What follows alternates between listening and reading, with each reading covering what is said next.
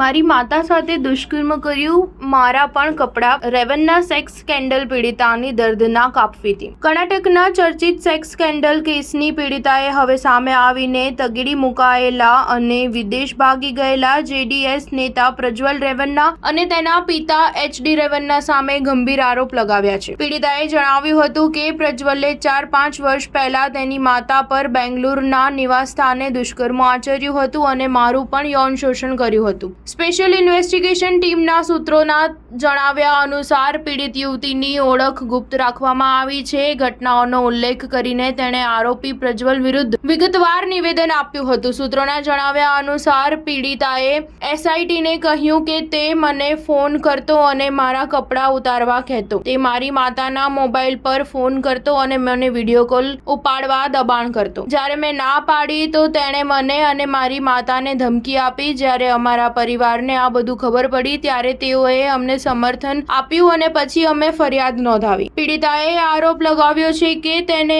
આ ઉત્પીડન વિશે કોઈને ન જણાવવાની ધમકી આપવામાં આવી હતી. પ્રજ્વલ દ્વારા બેંગલુરુના બસવાનાગુડી ખાતે તેના ઘરે મારી માતા પર દુષ્કર્મ આચરવામાં આવ્યું હતું. તેનો વિડીયો બનાવવામાં આવ્યો હતો કે નહીં તેની અમને જાણ નથી. સ્ટાર ન્યૂઝ 7 હંમેશા સચ્ચાઈની સાથે.